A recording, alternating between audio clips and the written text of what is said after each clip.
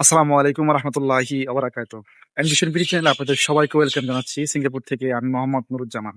আপনারা অনেকেই প্রশ্ন করেন যে, ভাই সিঙ্গাপুর আসতে যাচ্ছি, কি কাজে আসলে ভালো হবে বা কি কাজের ডিমান্ড, কোন কাজে আসলে কষ্ট কম হবে, এটসেট্রা এটসেট্রা। কাজ নিয়ে আপনারা অনেক প্রশ্ন করেন।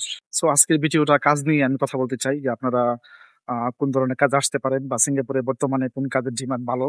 দেখেন, কাজের ডিমান্ড সিঙ্গাপুরে সব ধরনের কাজে। আপনি যদি কোনো কাজে মানে ভালো স্কিলফুল হয়ে থাকেন, তাহলে সব কাজেই ডিমান্ড আছে। বেসিক যে কথাটা আমি শুরুতেই বলতে চাই যে আপনারা ভালো একটা কাজ শিখে আসবেন। এখন কি কাজ শিখবেন? হ্যাঁ, দেখেন, আপনি যেই কাজে আমার মনটা চায় যে এই কাজের সাথে আপনার সাথে শুট করবে, আপনি চেষ্টা করবেন ওই কাজটা শেখার জন্য। এখন যদি স্পেসিফিক ভাবে আমাকে প্রশ্ন করেন যে, "ভাইয়া কোন কাজে বর্তমানে সিঙ্গাপুরে ভালো ডিমান্ড?" এটা হচ্ছে যে বর্তমানে সিঙ্গাপুরে যদি ডিমান্ডেবল কাজ থাকে, তাহলে যে মেইনটেন্যান্স এর কাজ, যারা এরকম যে রোদে কাজ করতে পারেন না বা আপনাদের রোদে কাজ করতে কষ্ট হয়, আপনারা আড়ালে করে দুলাল আছিলেন, বাংলাদেশে পড়াশোনা করছেন, হ্যাঁ? আপনারা এখন কাজ অতটা সহ্য হবে না। সিঙ্গাপুরে আইসা কনস্ট্রাকশন সেক্টরে আপনারা কাজ করতে পারবেন না। সেক্ষেত্রে আমি বলব, যারা শিক্ষিত আছেন সিঙ্গাপুরে আসার পর যারা যদি কোর্স করতে পারেন আপনারা বিভিন্ন ধরনের, তাহলে আপনারা মেইনটেন্যান্স এর বিভিন্ন মেকানিক্যাল যে সেক্টরে কাজগুলো শিখতে পারেন। এইগুলাতে আসতে পারেন। আপনারা যখন ভিসাটা প্রসেসিং করবেন তখন এজেন্সিকে বলবেন যে আমি মেইনটেন্যান্স এর কাজে যেতে চাই। অনেকেই প্রশ্ন করেন, ভাইয়া ইলেকট্রিক্যাল কাজে আসলে কিরকম হবে? বা অনেকে ইলেকট্রিক্যাল ডিপ্লোমা করছেন বাংলাদেশ থেকে। তাদের কি অবস্থা? দেখেন, ইলেকট্রিক্যাল কাজ আপনি যে ধরনের কাজই হোক না কেন, বিশ্বের সব জায়গায় হয়তোবা আপনাদের ইয়াটা ভিন্ন। কাজের বিভিন্ন সেক্টরটা ভিন্ন অথবা কাজের ভিন্নতা আছে। কিন্তু বেসিক একটাই। পৃথিবীর যেকোনো জায়গায় যান আপনি, ইলেকট্রিক্যাল কাজের বেসিক যদি আপনার জানা থাকে তাহলে একরকমই। সো ইলেকট্রিক্যাল কাজও আপনারা শিখতে পারেন। এক্ষেত্রে আপনারা যারা মেইনটেন্যান্স এ আসতে চান, তাদের কাজে লেগে যাবে।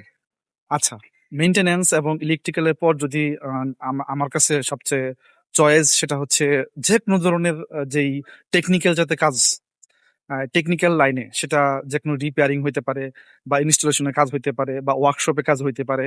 হ্যাঁ, এই ধরনের সেক্টরে যদি আপনার ভালো এক্সপেরিয়েন্স গেইন করতে পারেন অথবা কাজ শিখতে পারেন, তাহলে ভালো হতে পারে।